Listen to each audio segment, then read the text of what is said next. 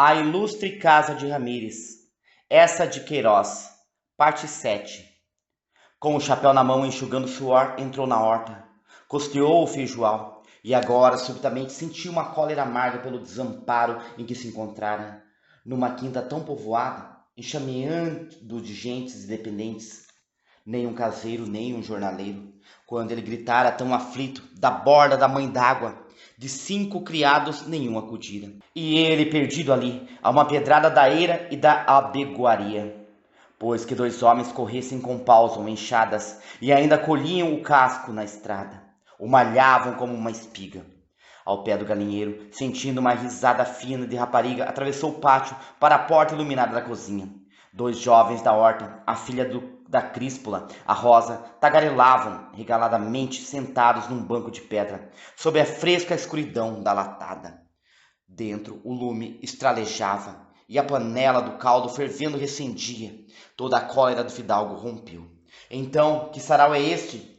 Vocês não me ouviram chamar? Pois encontrei lá embaixo, ao pé do pinheiral, um bêbado, que não me conheceu. Veio para mim com uma foice. Felizmente levava a bengala. E chamo, grito, qual? Tudo aqui de palestra. E a ceia a cozer, que desaforo! Outra vez que suceda a todos para a rua, e quem resmungar, a cacete. A sua face se chamejava alta e valente. A pequena da Críspula logo se escapulira, encolhida para a recanto da cozinha, para trás da maceira. Os 2 rapazes erguidos vergavam como 2 espigas sob um grande vento, e enquanto a Rosa aterrada se benzia, se derretia em lamentações sobre desgraças que assim se armam. Gonçalo, deleitado pela submissão dos 2 homens, ambos tão rijos, com tão grossos varapaus encostados à parede, amansava. Realmente, sois todos surdos nesta pobre casa. Além disso, a porta do pomar fechada. Tive de lhe atirar um empurrão. Ficou em pedaços. Então, um dos rapazes, o mais alentado, ruivo, com um queixo de cavalo, pensando que o fidalgo censurava a frouxidão da porta pouco cuidada, coçou a cabeça numa desculpa. Pois, com perdão do fidalgo, mas já depois da saída do relho, se lhe pôs uma travessa e fechadura nova e valente. Qual fechadura? Gritou o fidalgo soberbamente. Despedacei a fechadura, despedacei a travessa, tudo em estilhas. O outro jovem, mais desembaraçado e esperto, riu para agradar. Santo nome de Deus! Então é que o fidalgo lhe atirou com força. E o companheiro convencido, espetando o queixo enorme. Mas que força a matar, que a porta era rija e fechadura nova, já depois do relho. A certeza de sua força, louvada por aqueles fortes, reconfortou inteiramente o fidalgo da torre, já brando, quase paternal.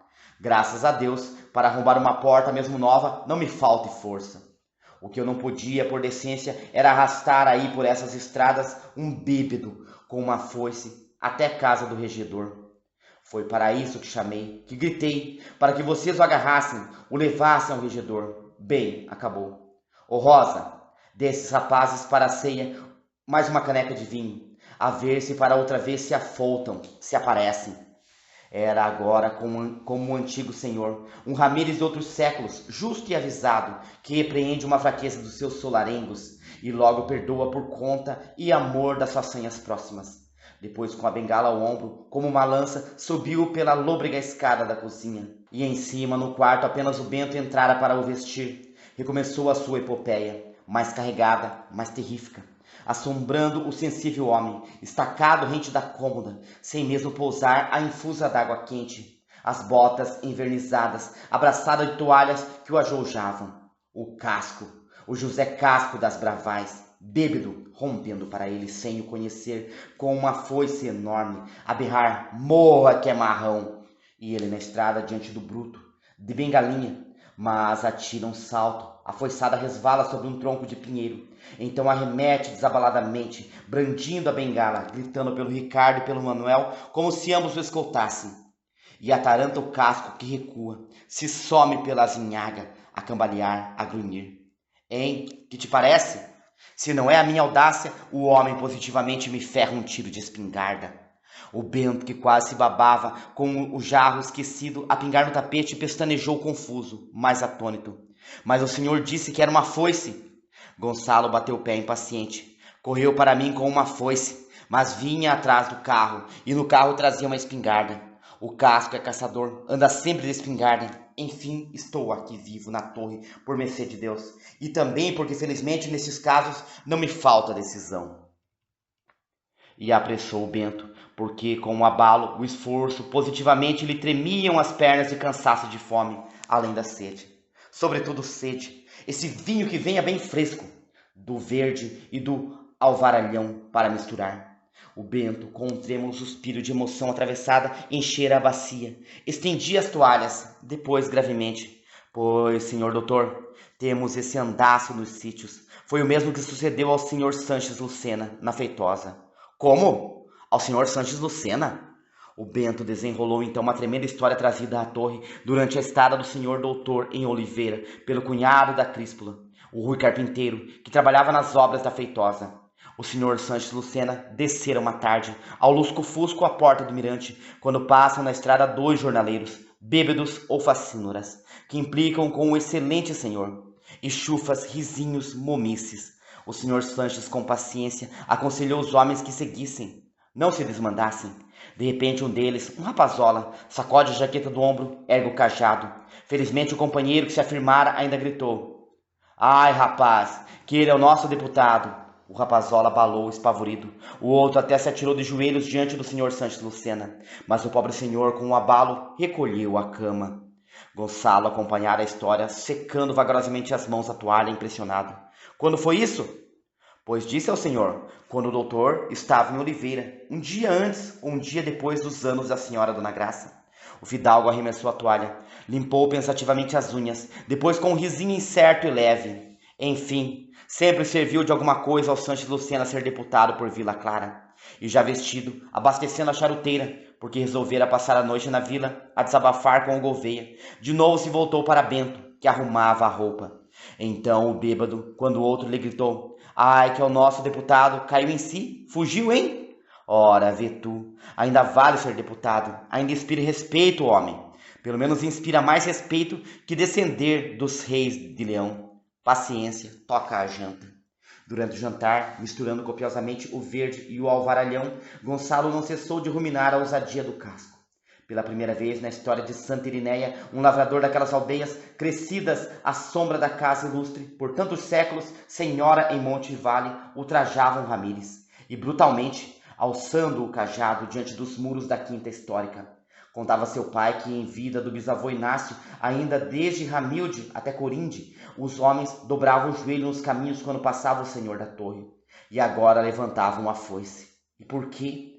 Porque ele não se desfalcara submissamente das suas rendas em proveito de um façanhudo. Em tempos do avô Tructecindo, vilão de tal atentada assaria, como o porco montês, numa ruidosa fogueira, diante das barbacãs da honra. Ainda em dias do bisavô Inácio, apodreceria numa masmorra, e o casco não podia escapar sem castigo. A impunidade só lhe incharia a audácia, e assomado, rancoroso, noutro encontro sem mais falas, desfechava a caçadeira.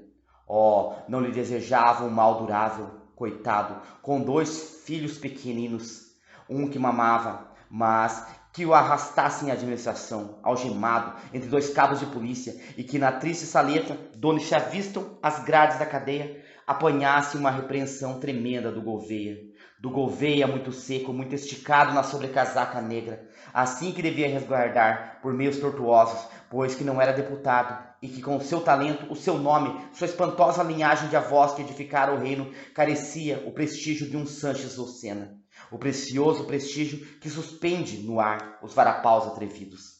Apenas findou um café, mandou pelo Bento avisar os 2 jovens da horta, o Ricardo e o outro de queixo de cavalo, que o esperassem no pátio, armados, porque na torre ainda sobrevivia uma sala de armas, cacifro tenebroso, junto ao arquivo, onde se amontoavam peças aboladas de armaduras, um lorigão de malha, um broquel mourisco, alabardas, espadões, polvarinhos, bacamartes de 1820, e entre esta poeirenta ferralhagem negra 3 espingardas limpas, com que os jovens da quinta, na romaria de São Gonçalo, atiravam descargas em louvor do santo. Depois ele encafuou o revólver na algibeira, desenterrou do armário do corredor um velho bengalão de cabo de chumbo entrançado, agarrou um apito, E assim, precavido, aquecido pelo verde e pelo alvaralhão, com os 2 criados e caçadeira ao ombro, importantes e tesos, partiu para a Vila Clara, procurar o senhor administrador do conselho. A noite envolvia os campos em sossego e frescura. A lua nova, que a limpara o tempo, roçava a crista dos outeiros de Valverde, como a roda lustrosa de um carro de ouro. No silêncio, os rijos sapatões pregueados dos 2 jornaleiros ressoavam em cadência. E Gonçalo, adiante de charuto flamante, gozava aquela marcha, em que de novo um Ramírez trilhava os caminhos de Santa Irinéia com homens de sua mercê e solarengos armados. Ao começo da vila, porém, recolheu discretamente a escolta na taverna da Serena, e ele cortou para o mercado da erva, para a tabacaria dos Simões, onde o Gouveia, aquela hora, antes da partida da Assembleia, costumava pousar, comprar uma caixa de fósforos, considerar pensativamente na vidraça as cautelas da loteria. Mas nessa noite o senhor administrador faltara ao Simões costumado. Largou então para a Assembleia, e logo embaixo no bilhar um sujeito calvo que contemplava as carambolas solitárias do marcador. Espapado na bancada, de colete desabotoado, mascando um palito, informou Fidalgo da doença do amigo Gouveia. Coisa leve, inflamação de garganta. Vossa Excelência de certo o encontra em casa, não arreda do quarto desde domingo. Outro cavalheiro, porém, que remexia o seu café à esquina de uma mesa atulhada de garrafas de licor, afiançou que o senhor administrador já espairecera nessa tarde. Ainda pelas 5 horas, ele o encontrara na moreira, com o pescoço atabafado numa manta de lã. Gonçalo, impaciente, abalou-o para a calçadinha, e atravessava o largo do chafariz quando descortinou o desejado Gouveia, a porta muito iluminada da loja de panos do Ramos, conversando com um homem zarrão, de forte barba retinta e de guarda-pó alvadio. E foi o Gouveia que, de dedo espetado, investiu para Gonçalo. Então já sabe? O quê? Pois não sabe, homem? O Sanches Lucena. O quê? Morreu. O fidalgo embasbacou para o administrador, depois para o outro cavalheiro, que repuxava na mão enorme, com um esforço inchado, uma luva preta apertada e curta. Santo Deus! Quando? Esta madrugada, de repente, angina pectoris, não sei que no coração, de repente, na cama.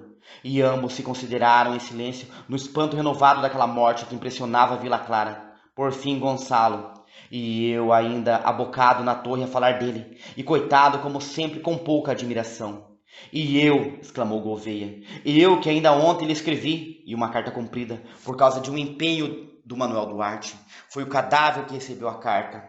Boa piada, rosnou o sujeito obeso, que se debatia ferrenhamente contra a luva. O cadáver recebeu a carta. Boa piada. O fidalgo torcia o bigode pensativo. Ora, e que idade tinha ele? O Gouveia sempre o imaginara um completo velho, de 70 invernos, pois não, apenas 60 em dezembro, mas consumido, arrasado, casara tarde com fêmea forte. E aí temos a bela Dona Ana, viúva aos 28 anos, sem filhos, naturalmente herdeira, com o seu mealheiro de 200 contos, talvez mais. Boa maquia, roncou de novo o opado homem que enfiara a luva e agora gemia, com as veias úmidas, para lhe apertar o colchete. Aquele cavalheiro constrangia o fidalgo, ansioso por desafogar com o Gouveia sobre a vacatura política, assim inesperadamente aberta no círculo de Vila Clara pela brusca desaparição do chefe tradicional. E não se conteve, puxou o administrador pelo botão da sobrecasaca para a sombra favorável da parede. Ô, Gouveia, então agora, bem, temos eleição suplementar. Quem virá pelo círculo? E o administrador, muito simplesmente, sem se resguardar do homem zarrão de guarda-pó, que, enfim, enluvado, acendera o charuto, se acercava com familiaridade, deduziu os fatos. Agora, meu senhor, com o tio do cavaleiro, ministro da Justiça, e o José Ernesto, ministro do Reino, vai deputado pelo círculo quem o André Cavaleiro mandar. É claro, o Sanches Lucena manteve sempre o seu lugar em São Bento por uma indicação natural do partido. Era aqui o primeiro homem, o grande homem dos históricos. Bem, hoje, para decidir o governo, como falta a indicação natural do partido, que resta? O desejo pessoal do cavaleiro. Você sabe como o cavaleiro é regionalista. Pelo círculo, pois, logicamente, sai quem se apresente ao cavaleiro como um bom continuador do Lucena, pela influência e pela estabilidade territorial. No outro círculo, ainda se podia encaixar à pressa um deputado fabricado em Lisboa, nas secretarias. Aqui não. O deputado tem que ser local e cavaleirista. E o próprio cavaleiro, acredite você, está a esta hora embaraçado. O gordalhufo murmurou com importância, através do imenso charuto que mamava. Amanhã já estou com ele, já sei. Mas o administrador emudecera, coçava o queixo, cravando em Gonçalo os olhos espertos que rebrilhavam como se uma ditosa ideia, quase uma inspiração, o iluminasse. E de repente para o outro que cofiava a barba retinta: pois, meu caro senhor, até além de amanhã ficamos entendidos. Eu remeto o cestinho dos queijos diretamente ao senhor conselheiro. Tomou o braço de Gonçalo, que apertou com impaciência, e sem atender mais ao homem zarrão que saudava rasgadamente, arrastou o fidalgo para a calçadinha silenciosa. Ô Gonçalo, ouça lá, você agora tinha uma ocasião soberba. Você, se quisesse, dentro de poucos dias, estava deputado por Vila Clara. O fidalgo da torre estacara, como se uma estrela de repente se despenhasse na rua mal iluminada. Ora, escute, exclamou o administrador, largando o braço de Gonçalo para desenrolar mais livremente a sua ideia. Você não tem compromissos sérios com os regeneradores. Você deixou Coimbra há 1 ano. Tente agora a vida pública. Nunca fez ato definitivo de partidário. Lá, uma ou outra correspondência para os jornais, histórias. Mas, escute, homem, você quer entrar na política? Quer? Então, pelos históricos ou pelos regeneradores? Pouco importa. Ambos são constitucionais, ambos são cristãos. A questão é entrar e furar. Ora, você agora inesperadamente encontra uma porta aberta. O que o pode embaraçar? As suas inimizades particulares com o cavaleiro? Tolices. Atirou um gesto largo e seco, como se varresse essas puerilidades. Tolices. Entre vocês não há morte de homem. Nem vocês, no fundo, são inimigos. O cavaleiro é rapaz de talento, rapaz de gosto. Não vejo outro, aqui no distrito, com quem você tenha mais conformidade de espírito, de educação, de maneiras e tradições. Numa terra pequena, mais dia, menos dia, fatalmente se impunha a reconciliação. Então seja agora, quando a reconciliação o leva às câmaras. E repito, pelo círculo de Vila Clara sai deputado quem o cavaleiro mandar.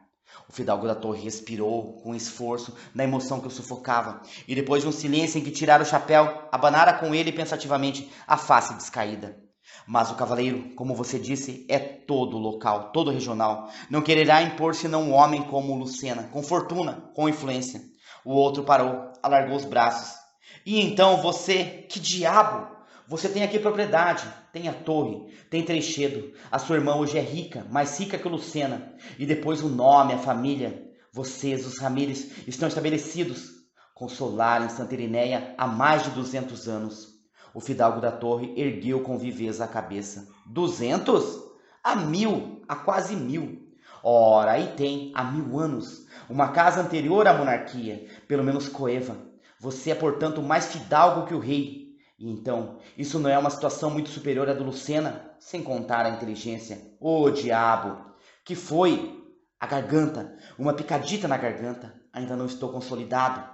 E decidiu logo recolher, gargarejar, porque o Dr. Macedo proibira as noitadas festivas. Mas Gonçalo acompanhava até a porta o amigo Gouveia, e conchegando o abafo de lá, o administrador resumiu a sua ideia. Pelo círculo de Vila Clara, Gonçalinho, sai quem o cavaleiro mandar. Ora, o cavaleiro, creia você, tem imenso empenho de o eleger, de o lançar na política.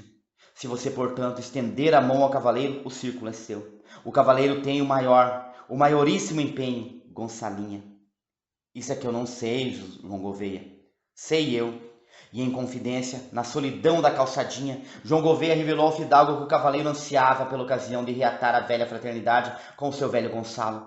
Ainda na semana passada, o cavaleiro lhe afirmara, palavras textuais: entre os rapazes desta geração, nenhum com mais seguro e mais largo futuro na política que o Gonçalo. Tem tudo. Grande nome, grande talento, a sedução, a eloquência. Tem tudo. E eu, que conservo pelo Gonçalo todo o carinho antigo, gastava ardentemente, ardentissimamente, de o levar às câmaras. Palavras textuais, meu amigo. Ainda há 6 ou 7 dias em Oliveira, depois do jantar, a tomarmos ambos café no quintal. A face de Gonçalo ardia na sombra, devorando as revelações do administrador. Depois, com lentidão, como descobrindo candidamente todos os recantos da sua alma, eu, na realidade, também conservo a antiga simpatia pelo cavaleiro e certas questões íntimas a Deus. Envelheceram, caducaram, tão obsoletas hoje como os agravos dos Horácios e dos Curiáceos. Como você lembrou há pouco, com razão, nunca se ergueu entre nós morte de homem. Que diabo! Eu fui educado com o cavaleiro, éramos como irmãos. E acredite você, Gouveia, sempre que o vejo sinto um apetite doido, mas doido de correr para ele, de lhe gritar: Ô André, nuvens passadas não voltam, atira para cá esses ossos. Creia você, não o faço por timidez, e timidez, oh não, lá por mim, estou pronto à reconciliação, todo o coração me pede, mas ele... Porque enfim, Gouveia, eu nas minhas correspondências para a Gazeta do Porto tenho sido feroz com o cavaleiro. João Gouveia parou, de bengala ao ombro, considerando o fidalgo com um sorriso divertido. Nas correspondências? Que tem você dito nas correspondências? Que o senhor governador civil é um déspota? E um Dom Juan? Oh, meu caro amigo, todo homem gosta que, por oposição política, lhe chame de déspota e de Dom Juan. Você imagina que ele se afligiu? Ficou simplesmente babado. O fidalgo murmurou inquieto. Sim, mas as alusões à bigodeira, à gadelha... Oh, Gonçalinho, belos cabelos anelados, belos bigodes torcidos, não são defeitos de que um macho sem vergonha. Pelo contrário, todas as mulheres admiram. Você pensa que ridicularizou o cavaleiro? Não. Anunciou simplesmente às madamas e meninas que leem a Gazeta do Porto a existência de um mocetão esplêndido que é o governador Geraldo de Oliveira. E parando de novo, porque em frente na esquina luziam as duas janelas abertas da sua casa. O administrador estendeu o dedo firme para um conselho supremo. Gonçalo Mendes Ramírez, você amanhã manda buscar a parelha do torto. Salta para sua caleche, corre à cidade, entra pelo governo civil de braços abertos e grita sem outro prólogo. André, o que lá vai, venham essas costelas. E como o círculo está vago, venha também esse círculo. E você, dentro de 5 ou 6 semanas, é o senhor deputado por Vila Clara, com todos os sinos a repicar. Quer tomar chá? Não, obrigado. Bem, então viva! Tipóia amanhã e governo civil. Está claro? É necessário arranjar um pretexto. O fidalgo acudiu com alvoroço. Eu não tenho um pretexto. Não! Quero dizer, tenho necessidade real, absoluta de falar com o cavaleiro ou com o secretário-geral. É uma questão de caseiro. Até por causa dessa infeliz trapalhada, o procurava eu hoje a você, Gouveia. E ele travou a aventura do casco, com traços mais pesados que o enegreciam. Durante semanas, aferradamente, esse fatal casco o torturara para lhe arrendar a torre. Mas ele tratara com o Pereira brasileiro, por uma renda esplendidamente superior à que o casco oferecia a Gemer.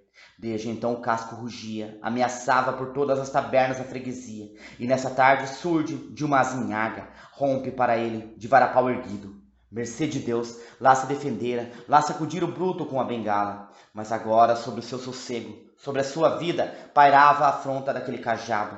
E se o assalto se renovasse, ele varava o casco com uma bala, com um bicho mortez. Urgia, pois, que o amigo Gouveia chamasse o homem, o repreendesse rijamente, o entaipasse mesmo por algumas horas na cadeia. O administrador, que escutara palpando a garganta, atalhou logo com a mão espalmada. Governo civil, caro amigo, governo civil. Esses casos de prisão preventiva pertencem ao governo civil. Repreensão não basta com tal fera. Só cadeia, um dia de cadeia, a meia ração. O governo civil que me mande um ofício ou telegrama. Você realmente corre perigo. Nem um instante a perder. Amanhã tipóia governo civil, mesmo por amor da ordem pública. E Gonçalo, compenetrado com os ombros vergados, cedeu perante esta soberana razão da ordem pública. Bem, João Gouveia, bem. Com efeito, é uma questão de ordem pública. Vou amanhã ao governo civil. Perfeitamente, concluiu o administrador, puxando o cordão da campainha. Dê recados meus ao cavalheiro.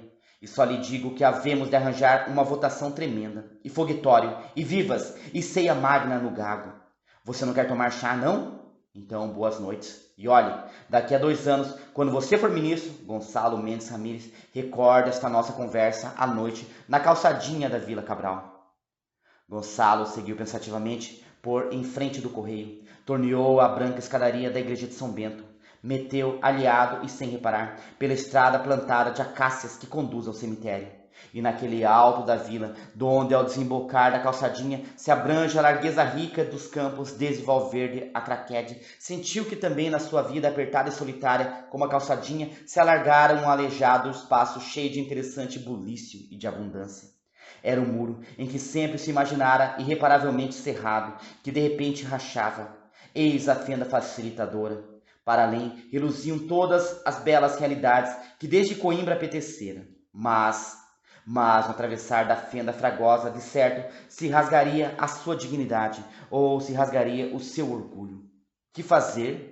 Sim, seguramente, estendendo os braços ao animal do cavaleiro, conquistava a sua eleição. O círculo enfeudado aos históricos elegeria submissamente o deputado, que o chefe histórico ordenasse com indolente aceno. Mas essa reconciliação importava a entrada triunfal do cavaleiro na quieta casa do Barrolo. Ele vendia, pois, o sossego da irmã por uma cadeira em São Bento. Não podia, por amor de Gracinha.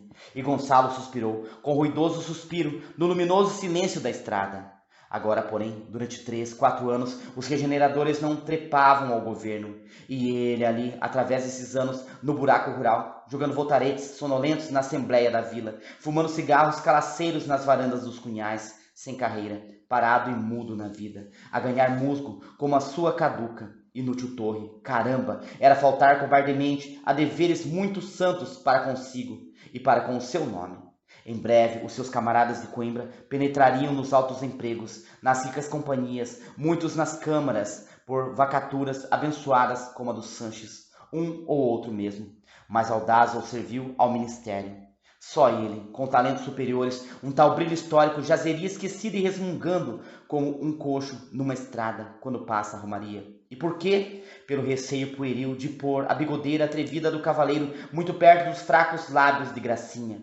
E por fim, esse receio constituía uma injúria, uma nojenta injúria, à seriedade da irmã, porque Portugal não se honrava com mulher mais ligeiramente séria, de mais grave e puro pensar. Aquele corpinho ligeiro que o vento levava continha uma alma heróica. O cavaleiro? Podia Sua Excelência sacudir a guedelha com graça fatal, jorrar dos olhos pestanudos a languidez às ondas, que Gracinha permaneceria tão inacessível e sólida na sua virtude, como se fosse insexual e de mármore. Oh, realmente por Gracinha, ele abriria ao cavaleiro todas as portas dos cunhais, mesmo a porta do quarto dela, e bem larga, com uma solidão bem preparada, e depois não se cuidava de uma donzela, nem de uma viúva. Na casa do Largo de Rei governava, mercê de Deus, marido brioso, marido rijo.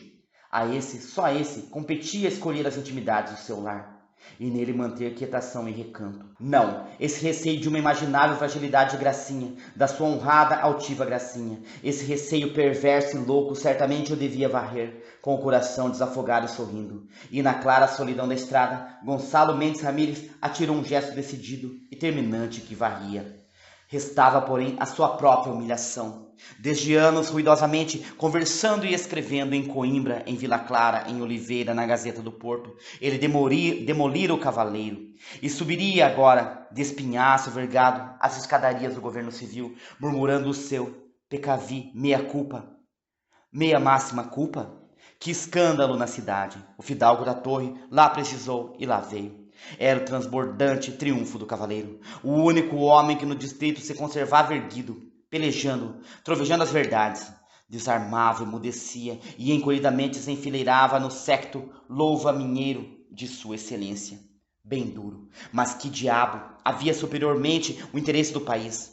E tão admirável lhe apareceu essa razão que abradou com ardor na mudez da estrada. O país. Sim, o país. Quantas reformas a proclamar, a realizar, em Coimbra, no 5º ano, já se ocupara da instrução pública, de uma remodelação do ensino, todo industrial, todo colonial, sem latim, sem ociosas belas letras, criando um povo formigueiro de produtores e de exploradores. E os camaradas, nos sonhos ondeantes de futuro, quando repartiam os ministérios, concordavam sempre. O Gonçalo para a instrução pública. Por essas ideias poderosas, pelo saber acumulado, todo ele se devia à nação, como outrora pela força, os grandes Ramírez armados, e pela nação cumpria que o seu orgulho de homem cedesse perante a sua tarefa de cidadão. Depois, quem sabe, entre o cavaleiro e ele, afogadamente, se enroscava todo um passado de camaradagem, apenas entorpecido, que talvez revivesse nesse encontro, os enlaçasse logo num abraço penetrante, onde os antigos agravos se sumiriam como um pó sacudido. Mas para que imaginar, remoer, uma necessidade se sobrepunha, iniludível, a de comparecer logo de manhã em Oliveira, no governo civil, requerendo a supressão do casco.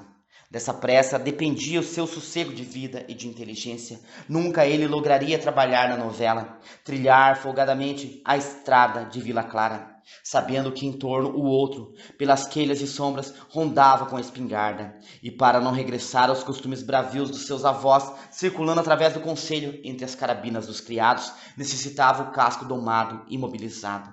Era, pois, inadiável correr ao governo civil, para bem da ordem, e depois, quando ele se encontrasse no gabinete do cavaleiro, diante da mesa do cavaleiro, a providência decidiria. A providência decidirá. E ancorado nessa resolução, o fidalgo da torre parou, olhou. Levado pela quente rajada de pensamentos, chegara à grade do cemitério da vila, que o luar branqueava como um lençol estendido. Ao fundo da alameda que o divide, clara na claridade triste, o escamado Cristo, chagado e lívido, sobre a sua alta cruz negra pendia, mais dolorido e lívido no silêncio e na solidão, com uma tristíssima lâmpada aos pés esmorecendo.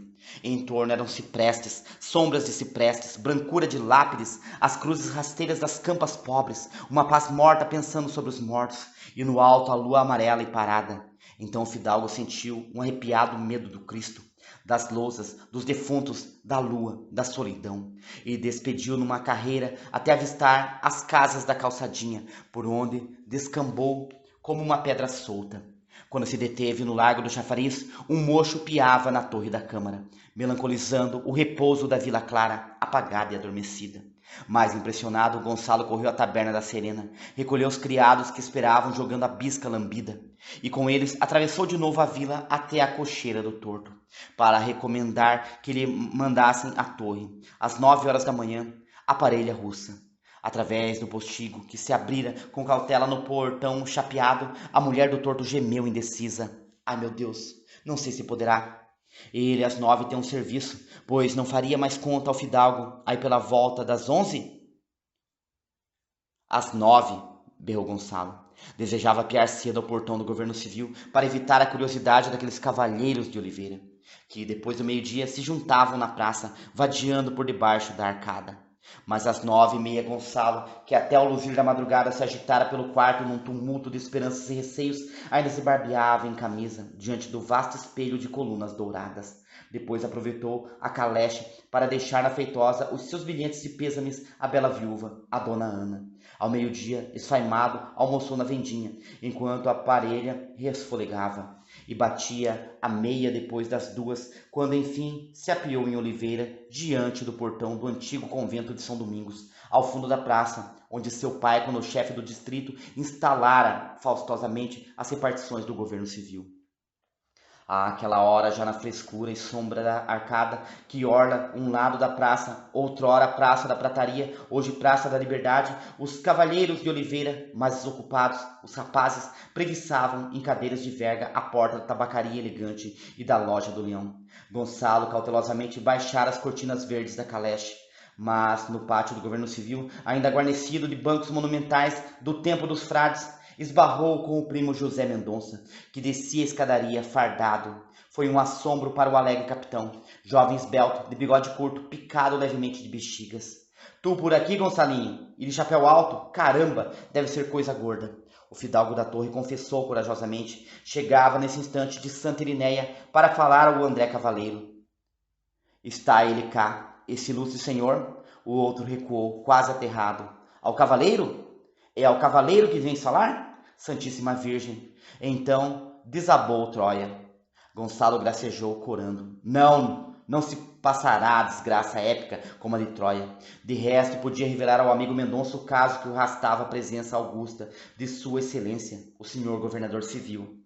Era um homem dos bravais, um casco, que furioso por não conseguir o arrendamento da torre, o ameaçara. Rondava agora a estrada de Vila Clara, de noite, à espreita com uma espingarda. E ele, não ousando fazer alta e boa justiça pelas mãos dos seus criados, como os ramires feudais, reclamava modestamente da autoridade superior uma ordem para que o Gouveia mantivesse dentro da legalidade dos mandamentos de Deus o façanhudo dos bravais.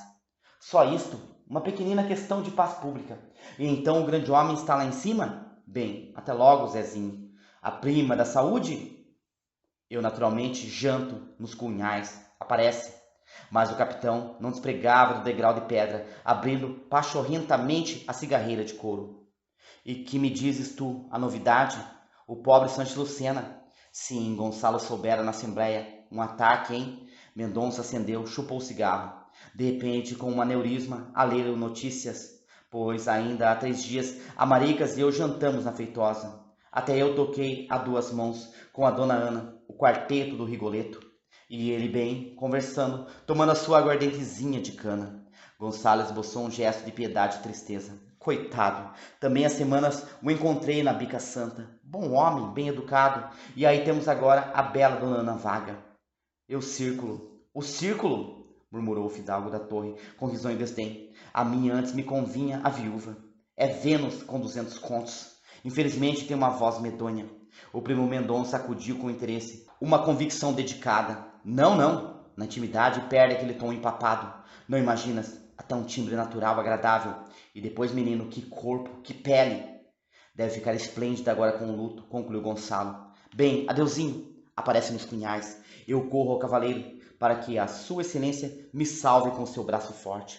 Sacudiu a mão do Mendonça, galgou a escadaria de pedra. Mas o capitão, que metera para a travessa de São Domingos, desconfiou daquela história de ameaças de espingardas. Qual? Aqui anda a política. E quando, passada 1 hora lenta, repenetrou na praça e avistou a caleche da torre, ainda encalhada à porta do governo civil, correu à arcada. Desabafou logo com os 2 Vila-Velhas, ambos pensativamente encostados aos 2 umbrais da tabacaria elegante. Vocês sabem quem está no governo civil? O Gonçalo Ramírez, com o cavaleiro. Todos em roda se remexeram, como acordando, nas gastas cadeiras de verga, onde se estenderam sonolentamente o silêncio e a ociosidade da arrastada tarde de verão.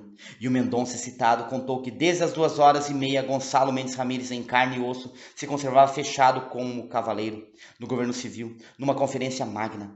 O espanto e a curiosidade foram tão ardentes que todos se ergueram, se arremessaram para fora dos arcos, a espiar a bojuda varanda do convento sobre o portão, que era a do gabinete de sua excelência.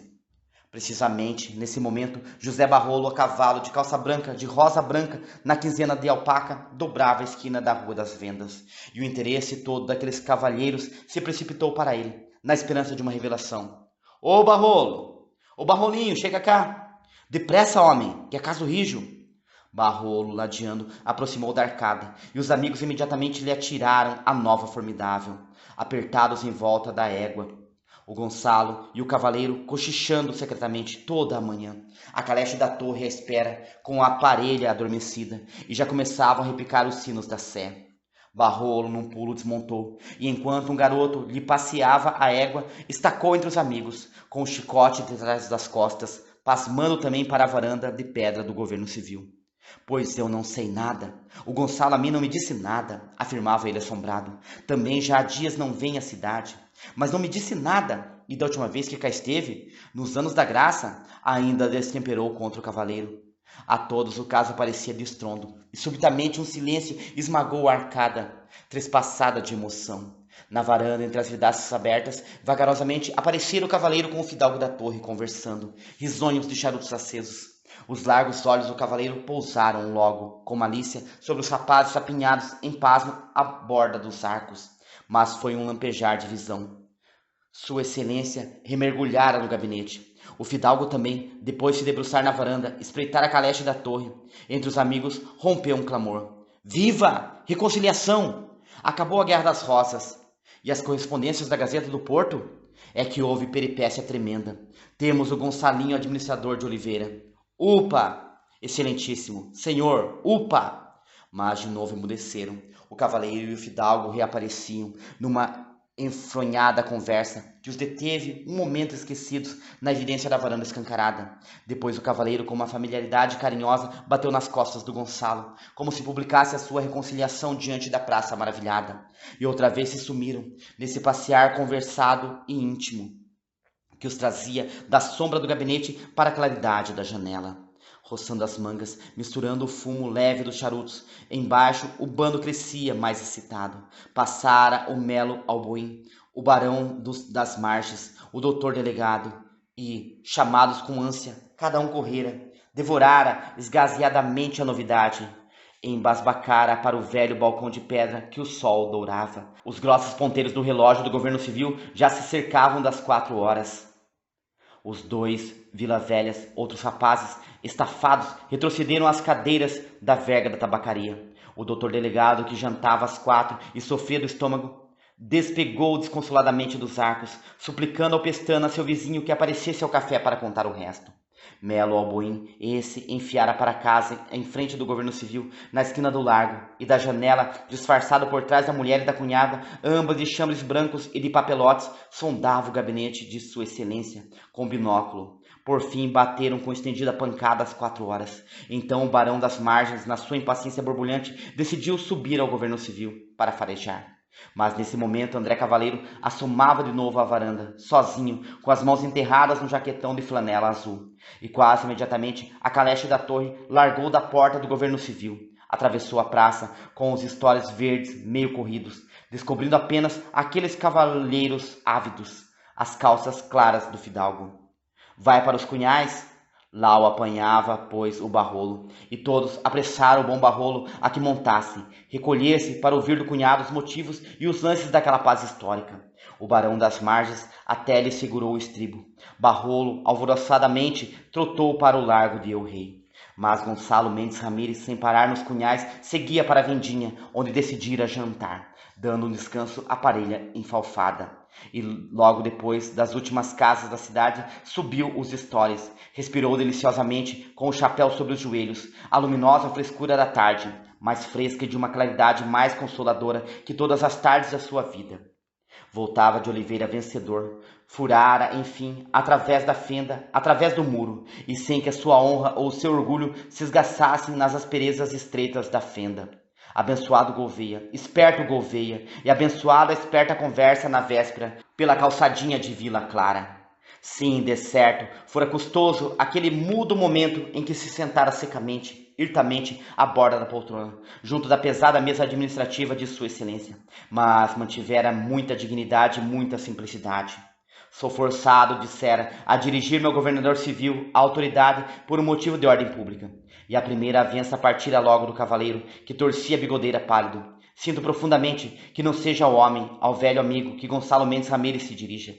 Ele ainda se conservava retraído, resistente, murmurando com uma frieza triste. As culpas não são de certo minhas.